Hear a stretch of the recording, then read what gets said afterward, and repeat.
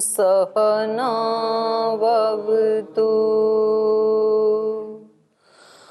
सहनौ भुनक्तु सह वीर्यं करवावहै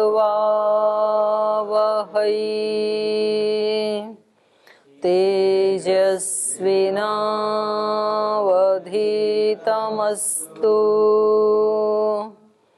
मा विद्विषावहै। ॐ शान्ति शान्ति शान्तिः।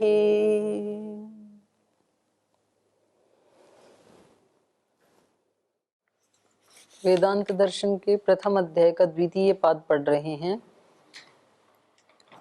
और कल अंतर शब्द के ऊपर हम चर्चा कर रहे थे। तो यहाँ पर ब्रह्म मुनि जी का 13 नंबर सूत्र में जो अंतरः उपपत्ति शब्द आया है, तो इसके ऊपर इन्होंने पहले तो अपना अर्थ बताया अंतर शब्द का, कि ये अंतर शब्द जो है, जब ये अंतर ऐसे होता है तो इसका अर्थ होता है मध्य अर्थ, बीच में, और जब प्रथमांत होता है तो इसका अर्थ होता है भिन्न अर्थ। तो पहले इन्होंने अपना बताया, फिर उसके बाद शंकराचार्य जी का जो शांकर भाष्य है इसके ऊपर, वेदांत के ऊपर, उसमें इन्होंने दोष दिखाया था। इन्होंने बताया था कि शंकराचार्य जी ने पहले जो सूत्र आया है प्रथम, इसी पाद में जो 10 नंबर सूत्र है अंतस्तत् धर्मोपदेशात, तो वहां पर भी अंतः शब्द का यही अर्थ किया है और यहाँ पर भी अंतरः शब्द का भी वही अर्थ किया है। तो ये कह रहे हैं कि अगर वही अर्थ और वही उदाहरण भी वही दिया है छांदोग्य उपनिषद का, यह एषो अक्षिणी पुरुषो दृश्यते, यह एषो अक्षिणी पुरुषो दृश्यते, ऐसे ही दिया है दोनों जगह। तो कह रहे हैं यदि सूत्र भी वही है, सूत्रार्थ भी वही है, हेतु भी वही है, उदाहरण भी वही है, तो दोनों में से एक सूत्र तो व्यर्थ ही हो जाता है। फिर तो ऋषि एक सूत्र को व्यर्थ में बनाए, ऐसे तो हो नहीं सकता है। तो इसका मतलब क्या है? और यहाँ इन्होंने जो उदाहरण दिए हैं वो सारे कैसे दिए हैं? भिन्न अर्थ वाले दिए हैं। इसको प्रथमांत मान करके, यह प्राणी तिष्ठन प्राणादंतरो, यह वाची तिष्ठन वाचो अंतरो, यह वांग नवेद यस्य वाक् शरीरम, यह चक्षुषि तिष्ठन चक्षुषो अंतरो, इस तरह से दिए हैं। तो ये कह रहे हैं एवं उभयत्र सूत्रयो हेतु उदाहरण साम्याभ्याम एकस्य सूत्रस्य वैयर्थापत्तेः अंतरः उपपत्ते। तो इन दोनों में से व्यर्थ कौन सा होना चाहिए? बोले कोई भी व्यर्थ नहीं है, सूत्र तो दोनों ठीक हैं, लेकिन शंकराचार्य जी ने यहाँ 13 नंबर जो सूत्र है अंतरः उपपत्ते, इस सूत्र की सूत्रस्य शांकर भाष्यम न सम्यक, उसका भाष्य ठीक नहीं किया उन्होंने। अत्र सूत्रे यद उदाहरणं दत्तं येषो अक्षिणी पुरुषो दृश्यते तत् अंतस्तत् धर्मोपदेशात् इति सूत्र प्रसंगे ही उदाहर्तव्यम। तो ये वहां पर ही उदाहरण देना चाहिए था जो यहाँ दिया है, क्योंकि वहां पर तो वो ठीक है अर्थ। तत्र तस्य अंतः शब्दस्य गुप्त रूपेण विद्यमानत्वात्, क्योंकि वहां पर तो अंतर शब्द है, पर यहाँ तो अंतरः शब्द है, नहीं कि अंतर शब्द है। तो यदेवं न मन्यते कथम तर्हि अंतरः उपपत्ते इति सूत्र प्रसंगे यह एषो अक्षिणी पुरुषो दृश्यते इति वचनम उदाहृतम यदा न अत्र वचने अंतरः शब्दो विद्यते। क्योंकि यहाँ पर जो इन्होंने उदाहरण दिया है एषो अक्षिणी पुरुष, यहाँ पर अंतरः शब्द विद्यमान नहीं है, तो बिना अंतरः शब्द के विद्यमान हुए इसका उदाहरण कैसे बन सकता है इस सूत्र का? क्योंकि इस सूत्र का उदाहरण तो वही बनेगा ना जिसमें अंतरः शब्द आई, तो वहां तो फिर भी गुप्त रूप में हम अंतर शब्द विद्यमान है ऐसा मान लेंगे, वो उदाहरण वहां तो चल जाएगा, पर यहाँ तो बिल्कुल ही नहीं चलेगा। अत्र अंतरः उपपत्ते सूत्रे अंतरः शब्दो भिन्नार्थको अस्ति न तो मध्यमार्थक, मध्यम अर्थ वाला नहीं है, भिन्न अर्थ वाला है यहाँ पर अंतरः शब्द। शांकर भाष्ये अपरो अयम अपि अनर्थो विहितो यद अंतरः शब्दस्य मध्यमो अर्थः कृत। बोले एक तो उदाहरण ही गलत ले लिया और उदाहरण वो लेकर के फिर उसका अर्थ भी क्या कर दिया, अंतर शब्द का मध्यम अर्थ कर दिया। यथा तद्वचने स्पष्टते परमेश्वर एव अक्षिण्यभ्यंतरः पुरुष यह उपदिष्ट, जैसे वहां पर उदाहरण दिया था अंतस्तद धर्मोपदेशात 10 नंबर सूत्र में, वही यहाँ पर भी दे दिया और वही स्पष्ट भी कर दिया। जैसे वहां स्पष्ट किया था कि इस दाहिनी आंख के माध्यम से वो परमेश्वर ही बाहर झांक रहा है, इस आंख में वही है, तो वहां तो मध्य अर्थ था ना, और वो ही यहाँ पर भी दे दिया। यथा तद वचने स्पष्टते परमेश्वर एवं अक्षण अभ्यंतर पुरुष यह उपदिष्ट। अत्र शांकर भाष्ये अंतरः इत्यस्य स्थाने अभ्यंतर, अभ्यंतर माने अभिगतो अंतरे अभ्यंतर प्रयुक्तः, तो यहाँ अंतरे की जगह इन्होंने अर्थ क्या कर दिया, अभ्यंतर। सूत्र का उदाहरण तो होना चाहिए था अंतरः शब्द वाला, और उन्होंने ये छांदोग्य उपनिषद का उदाहरण दे करके और उसमें अंतर्निहित क्या मान लिया, अभ्यंतर, दाहिनी आंख के अंदर। अभ्यंतर का मतलब अंदर, तो वो दाहिनी आंख के अंदर भी है, तो ऐसे अर्थ कर दिया। नहीं क्वचित प्रथमांतः अंतरः शब्दो मध्यमार्थकः प्रयुज्यते किंतु सप्तम्यंत एव अंतरे शब्दो मध्यमार्थे प्रयुक्तो भवति। यद्यपि अत्र सूत्रे संधिम अवलंब्य सप्तम्यंतो अपि अनुमातुं शक्यते, परंतु सूत्रे तस्य सप्तम्यन्तस्य अयोग्यत्वात् न सो अत्र भवितुमर्हति। तो कह रहे हैं वहां पर न क्वचित प्रथमांतः अंतर शब्दो मध्यमार्थकः प्रयुज्यते, बोले किसी भी तरह जो सूत्र में अंतर शब्द दिया है ये प्रथमांत है, और प्रथमांत शब्द कभी भी मध्यमार्थक हो ही नहीं सकता। जहां हमें अंदर ये अर्थ करना हो तो वहां प्रथमांत का प्रयोग कर ही नहीं सकते हैं ना। तो वहां तो किंतु सप्तम्यंत एव, अंतरे यदि हमें अर्थ लेना है तो हमें अंतर शब्द को क्या मानना पड़ेगा, सप्तम्यंत मानना पड़ेगा। यद्यपि इस सूत्र में अंतर उपपत्ते है, यह सप्तम्यंत भी मान सकते हैं और प्रथमांत भी, दो ही तो संभावनाएं है ना आयादेश होकर के। तो कह रहे हैं कि प्रथमांत मानेंगे तब तो ये उदाहरण उनका देना बिल्कुल ही अनुचित है, क्योंकि अर्थ उन्होंने सप्तम्यंत का किया है।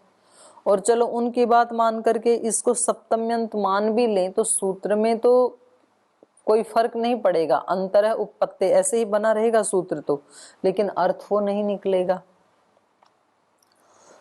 तो कह रहे हैं सप्तम्यंत एवं अंतरे शब्दों मध्यमार्थ प्रयुक्तो भवति। यद्यपि अत्र सूत्रे संधिम अवलंब्य, यहाँ पर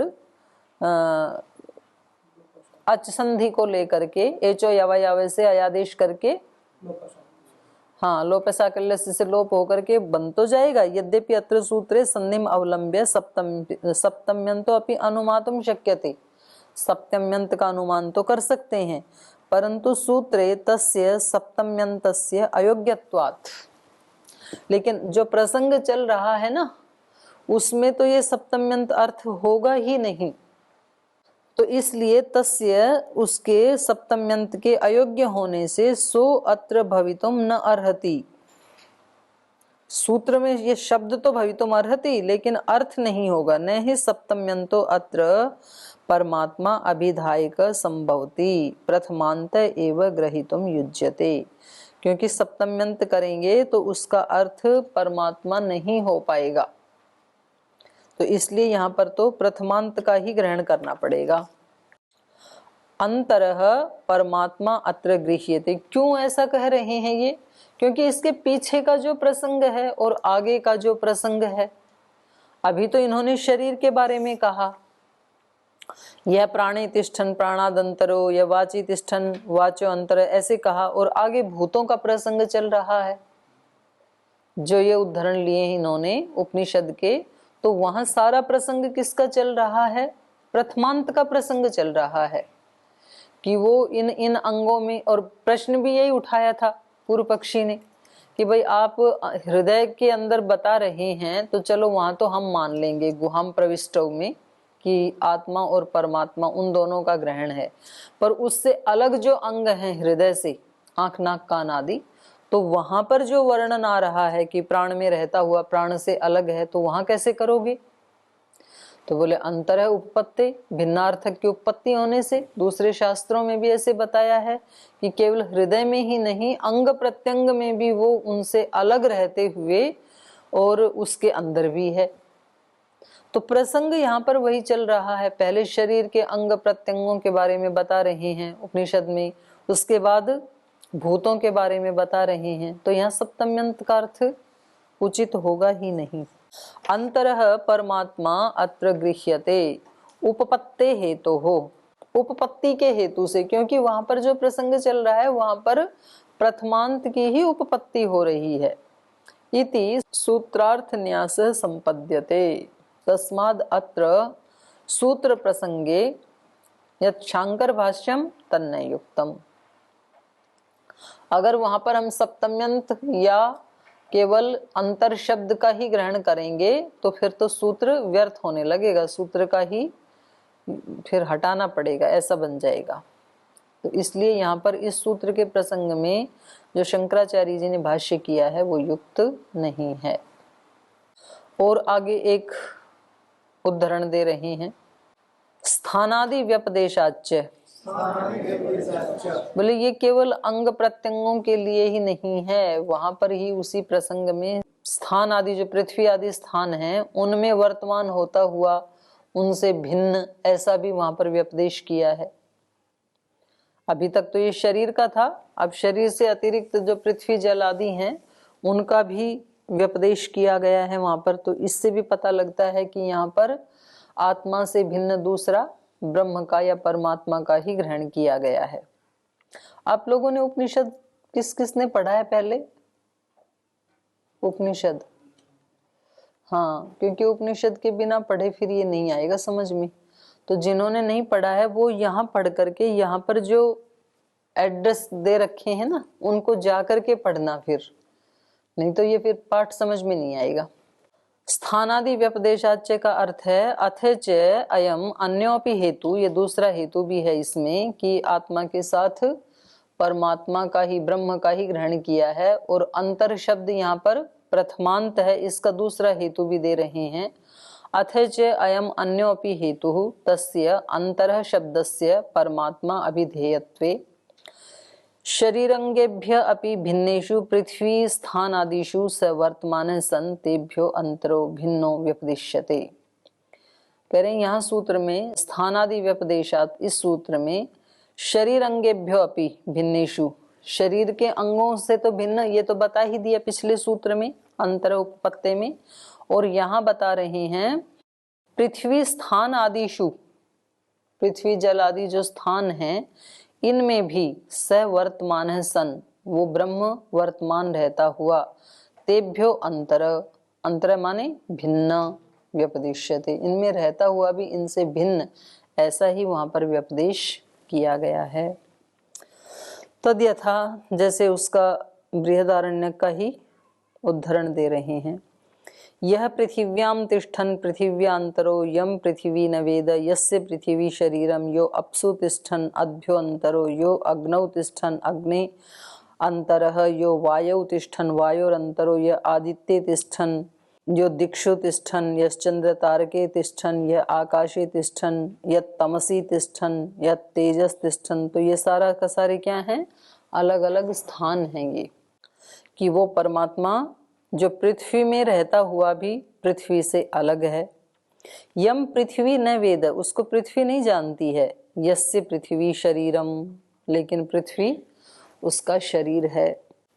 तो पृथ्वी में भी जो गति है, या एक बीज डालते हैं तो उसके अनंत आते हैं, तो पृथ्वी तो अपने आप में जड़ है। तो ये सारे कार्य कौन कर रहा है? वो ब्रह्म ही कर रहा है। तो पृथ्वी में रहते हुए भी पृथ्वी से अलग है। और पृथ्वी में कितनी तरह की गंध, कितनी तरह के पुष्प, कितनी तरह के कलर्स उनमें कितनी तरह के डिजाइन, कटिंग कौन करता है, कितनी तरह के रस, जितने भी फल है ना, किसी भी फल का रस एक दूसरे के साथ मैच नहीं करता। मीठे मीठे फल आप सारे इकट्ठे कर लो, लेकिन सबका मिठास अलग। खट्टे खट्टे सारे इकट्ठे कर दो, सबका खट्टापन अलग। तो कितने अनंत अनंत रस हैं। तो पृथ्वी में रहते हुए भी वो पृथ्वी से अलग है। पृथ्वी भी उसको नहीं जानती है, पृथ्वी तो जड़ है। और कुछ लोगों का ये कहना है कि पृथ्वी जड़ नहीं है, पृथ्वी भी चेतन है। अपने जो सिद्धार्थ जी थे, उन्होंने तो बहुत बड़ी 500 पृष्ठ की पुस्तक लिखी, उसके ऊपर PhD की उन्होंने। तो वो कह रहे हैं सूर्य में भी एक आत्मा है, पृथ्वी में भी एक आत्मा है। श्री अरविंद ने भी ऐसे माना है। और वो कहते हैं ये जो आपको जड़ दिखाई दे रहे हैं ना, इसमें भी एक आत्मा होती है।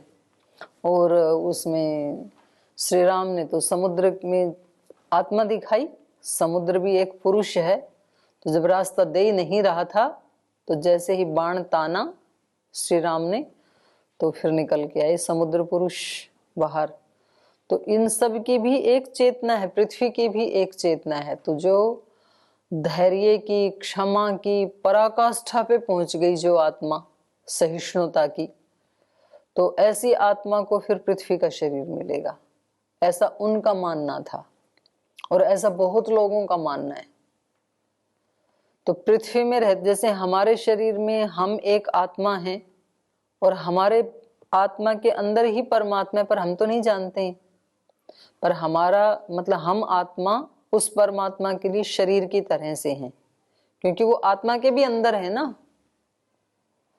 तो ऐसे वो केवल आत्मा में ही, हृदय प्रदेश में ही है ऐसा नहीं है। वो एक एक अंग प्रत्यंग में, एक एक स्थान में, एक एक अणु परमाणु में भी होते हुए उससे भी अलग है। तो कितनी अद्भुत और विचित्र शक्ति है भगवान। तो ये कह रहे हैं ये पृथिव्याम तिष्ठन पृथिव्यांतरो यह पृथ्वी न वेद यस्य पृथ्वी शरीरम यो अपसु तिष्ठन अभ्यंतरो, जलों में रहते हुए भी जल से अलग है। अग्नौ तिष्ठन अग्नि अंतरः, अग्नि में रहता हुआ भी अग्नि से रहित है। वायु तिष्ठन वायुरंतर, वायु में रहता हुआ भी वायु से भिन्न है। आदित्य तिष्ठन आदित्यात् अंतर, दिक्षु तिष्ठन दिग्भ्य अंतर, चंद्र तारके तिष्ठन चंद्र तारकेभ्य अंतर। तो इन सब में रहता हुआ भी जो इन सब से अलग है। यह सर्वेषु भूतेषु तिष्ठन सर्वेभ्यो भूतेभ्यो अंतरो। तो यहाँ सब जगह अंतर शब्द किस अर्थ में आ रहा है? भिन्न अर्थ में आ रहा है, प्रथमांत का ही वर्णन है। तो इससे क्या पता लगा?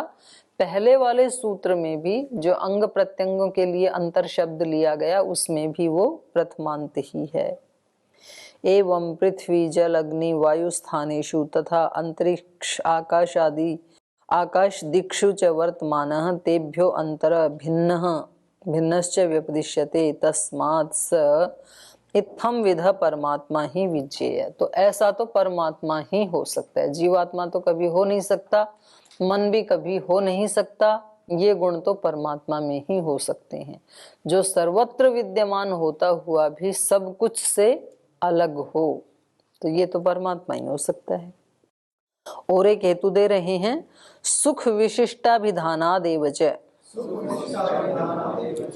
सुख विशिष्ट का अभिधान किए जाने से भी पता चलता है कि परमात्मा का या ब्रह्म का ही वाचक है अंतर शब्द। अपिच सुख विशिष्टाभिधानात्, क्योंकि उस सुख विशिष्ट को पाने के लिए ही तो हम सब प्रयत्न करते हैं, हम सब उसी को पाना चाहते हैं, सुख विशिष्ट को ही। अपिच सुख विशिष्टाभिधानात् एव ब्रह्म खलु सुखम ही विशिष्टम अभिधीयते। विशेष सुख जो है वो भी ब्रह्मा का अभिधायक है। ब्रह्मा कैसा है किसी से पूछे तो विशिष्ट सुखदायक, तभी तो उसको चाहते हैं। साधारणम सुखम ऐन्द्रियकम तत्तु बाह्यम किंतु यद अंतस्थम सुखम तद विशिष्टम तत्तु ब्रह्म यद अंतस्थम। कह रहे हैं कि साधारण सुख जो इंद्रियों का सुख है वो तो हम सबको पता ही है, लेकिन तत्तु बाह्यम वो तो बाह्य सुख है, बाहर से इंद्रियों को आंख को अच्छे सुंदर दृश्य देखने को मिले। कोई ऐसे, सबकी अब अलग अलग पसंद है ना, किसको क्या रूप सुंदर लगता है। तो साधु सन्यासियों को तो ऐसे सुंदर लगेगा कि ऊंची सी केदारनाथ की पहाड़ी हो, उस पे बर्फ गिर रही हो, फिर नीचे घाटी हो, उसमें बड़े बड़े बड़े सुंदर फूल खिले हों, फिर उनमें महक बहुत अच्छी आ रही हो, फिर ऊपर से ऊंचा सा झरना गिर रहा हो और वहां ब्रह्मचारी बैठ के ध्यान कर रहे हों। क्या बात है, कल्पना करके भी अच्छा लगता है। तो ये सारा सुख कल्पना करके मन को और आंख को सुख देगा, लेकिन ये सुख बाहर से आ रहा है उस दृश्य से।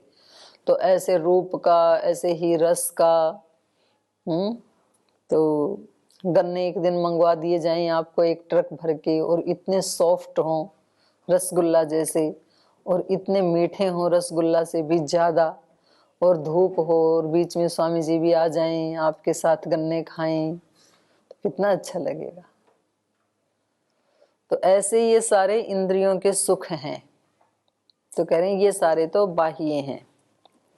साधारणम सुखम ऐन्द्रियकम, ब्रह्म की दृष्टि से देखेंगे तो ये साधारण नहीं, अति साधारण है। जो एक योगी को ब्रह्म का सुख मिल सकता है, उसकी दृष्टि से ये अति साधारण है। तत्तु बाह्यम किंतु यद अंतस्थम सुखम, जो एक योगी को मिलता है अपने ही अंदर स्थित जो सुख है, तद विशिष्टम, वो विशिष्ट सुख है।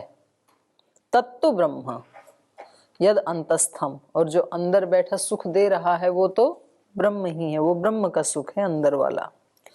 न च ततः किमपि अन्यत् अंतस्थम विद्यते, क्योंकि वो सबसे अंतरतम में है।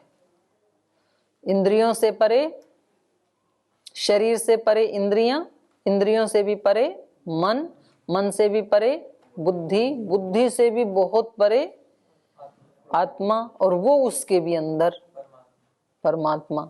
तो वो तो बिल्कुल क्या हो गया, ततः किम अपि अन्यत अंतस्थम न विद्यते, उसके अंदर, उससे सूक्ष्म, अंदर का मतलब यहाँ पर सूक्ष्म, उससे अति सूक्ष्म और कुछ भी नहीं है, वो सबसे सूक्ष्म है। तो उसका सुख जो है वो सबसे अंतिम है।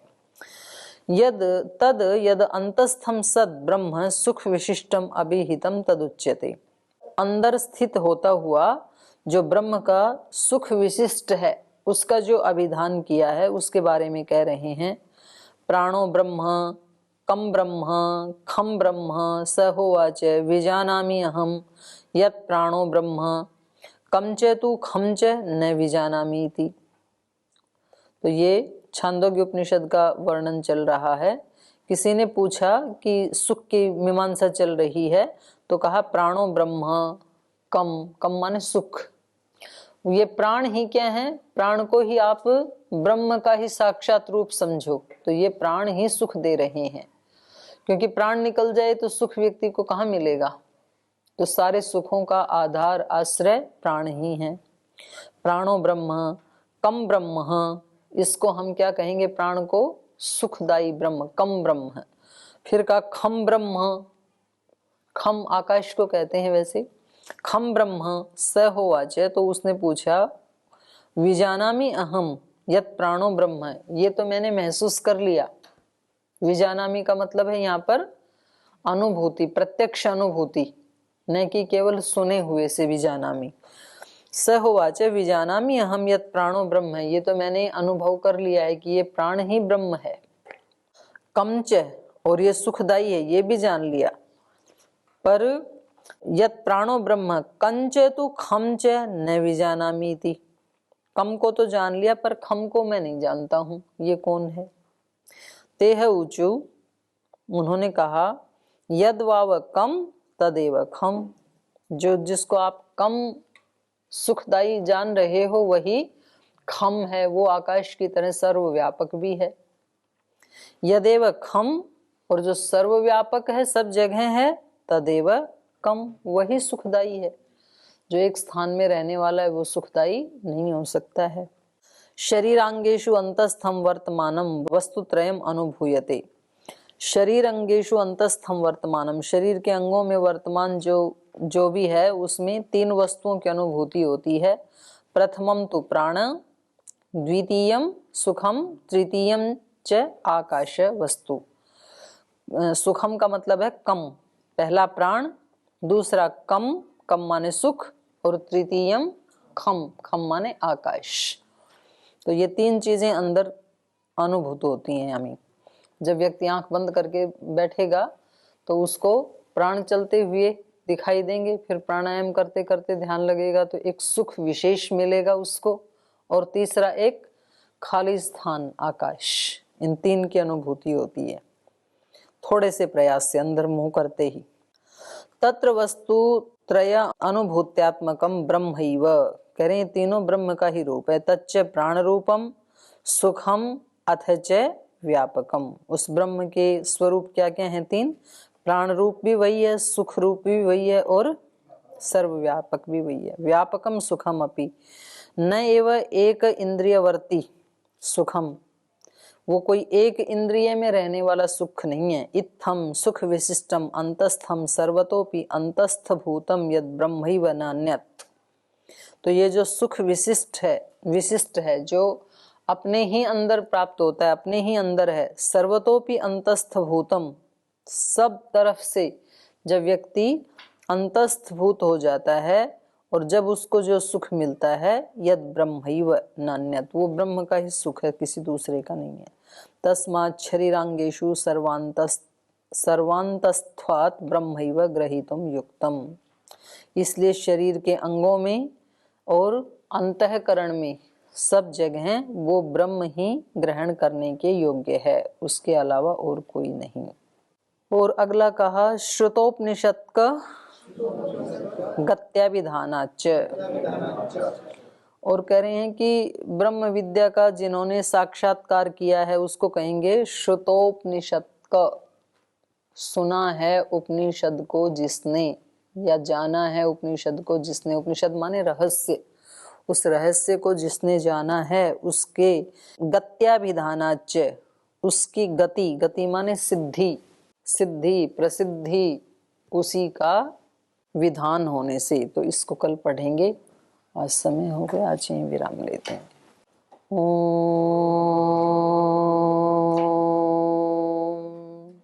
शांति शांति शांति। श्री गुरुभ्यो नमः।